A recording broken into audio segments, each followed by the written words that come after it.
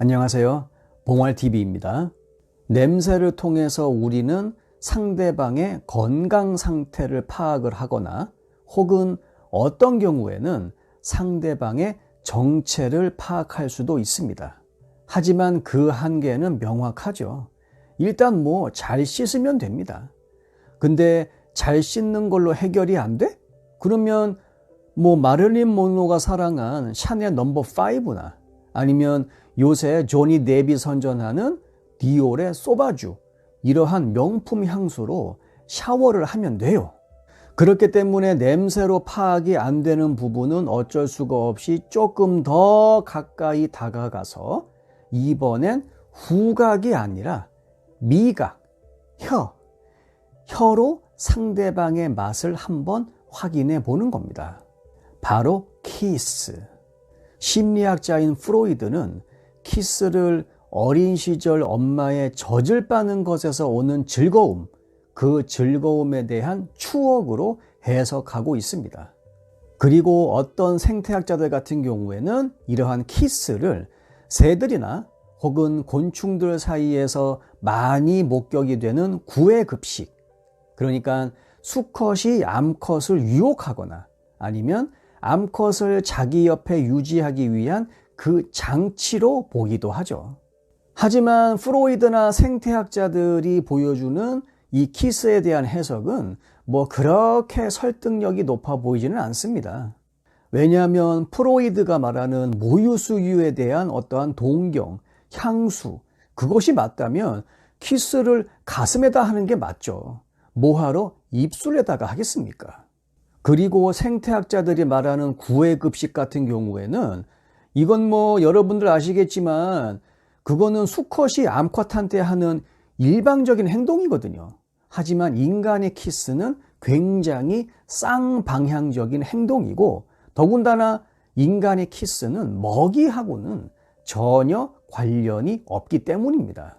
그렇기 때문에 이 키스라고 하는 것을 우리는 상대방의 건강 상태와 그리고 유전자적인 어떠한 정체를 확인하기 위한 일종의 미디어, 매개체라고 보는 것이 맞는 겁니다. 왜냐하면 상대방이 건강하지 못하면 이것은 키스를 했을 때 입냄새라든가 그리고 침에서 느껴지는 쓴맛, 이것으로 우리가 구별할 수가 있기 때문이죠. 주조직 적합성 복합체가 여기에서 제대로 된 역할을 하는 겁니다. 우리는 우리와 면역체계가 다르다라든가 혹은 우리가 부족한 어떠한 면역체계의 일부를 보상해 줄 수 있는 그러한 상대방과 짝이 되길 원하고 우리는 이것을 후각과 그리고 미각을 통해서 확인할 수 있습니다. 그렇기 때문에 우리는 좋은 키스를 통해서 상대방과 내가 생물학적으로 잘 맞는지 혹은 그렇지 않은지를 판단하게 되는 거죠. 주조직 적합성 복합체 영역이 비슷한 커플일 경우 여자들의 외도율이 그렇지 않은 여자들보다 더 높다라는 몇 가지 연구 결과들이 있습니다. 특히 키스에 있어서 여자들이 감지하는 그 정보의 양은 남자들보다 훨씬 더 많죠. 좀 더 노골적으로 얘기해서 키스를 하면서 맡게 되는 냄새와 그리고 침을 통해서 느껴지는 맛, 그것을 바탕으로 상대 남성의 품질을 측정할 수 있다고 합니다. 그렇기 때문에 키스가 배제가 된 상태에서의 성관계를 여자들은 상당히 많이 꺼려하는 편이고요. 특히 궁합에서 어떻게 보면은 가장 중요하다고 볼 수 있는 것, 사실 이것이 안 맞으면은 그 다음 레벨로 가기가 힘들죠. 여러분, 키스. 오죽하면은 키스했을 때 거의 궁합의 모든 것들이 다 나온다고 하지 않습니까? 그래서 여자들은 키스를 잘 못하는 남자와의 성관계는 상당히 기피하는 경향을 보여주죠. 게다가 키스는 여자의 성욕구를 증가시켜주고 그리고 성관계를 하고자 하는 의사를 고취시켜 준다라고 하죠. 왜냐하면 남성의 침에 있는 남성 호르몬이 키스를 통해서 여자 몸에 전달되기 때문입니다. 그렇기 때문에 유흥업에 종사하는 여성분들의 경우 손님들과 다른 거는 몰라도 키스만큼은 웬만해가지고는 안 하려고 하죠. 왜냐하면 생물학적인 반응은 우리가 이성으로 통제가 안 되는 경우가 많기 때문입니다. 그러므로 키스는 여자들로 하여금 사회적인 유대감, 특히 남자와의 유대감이죠.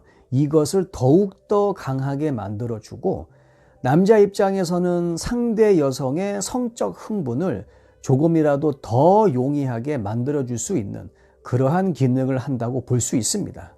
참고로 성 클리닉을 방문하는 여성 방문자들의 경우 오르가즘을 잘 못 느껴서 방문하는 경우도 있지만 성욕을 잘 못 느껴서 방문하는 경우도 굉장히 많다라고 합니다.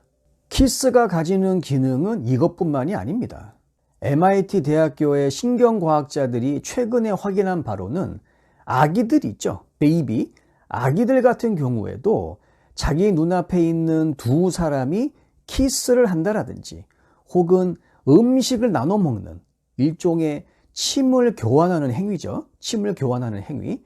이런 것을 얼마나 하는지, 얼마나 자주 하는지 그 모습을 보고 저 사람들이 어느 정도 친하구나. 그것을 알 수 있다라고 합니다. 특히 아기들은 놀이 행위를 같이 하는 사람들보다 침을 교환하는 행위를 하는 사람들 사이에서 서로가 서로에 대한 니즈, 그 욕구를 더 잘 충족시켜 주겠구나라고 하는 그러한 기대감을 훨씬 더 많이 갖는다라고 하죠. 다시 말하면 아기들 같은 경우 자기를 누가 더 잘 돌봐줄 수 있을까? 거기에 대한 답을 얻을 때 침을 나누는 행위를 그것의 신호로 인지하는 거죠. 인간 사회에는 크게 두 가지 인간관계가 있다고 합니다. 하나는 친밀한 관계, 그리고 또 하나는 피상적인 관계. 친밀한 관계의 대표적인 형태가 가족관계죠. 인류학자들이 말하길 이런 친밀한 관계를 유지하고 있는 그러한 구성원들, 그 구성원들 사이에서 침이라든가 혹은 다른 신체에서 나오는 체액, 그것을 교환하는 행위가 훨씬 더 많다라고 합니다. 이런 거 놓고 봤을 때 키스라고 하는 것은 단순하게 연인 간에 주고받는 일종의 애정 행위, 그것으로만 볼 수는 없죠. 너와 나는 가까운 사이고 그리고 서로의 부족한 부분을 채워주기 위해서 가장 가까이 있는 존재가 바로 나다. 그런 인식을 심어주는 행위가 바로 키스라고 볼 수 있습니다. 긴 영상 끝까지 봐주셔서 감사합니다. 다음 영상에서 뵙겠습니다. 들어가십시오.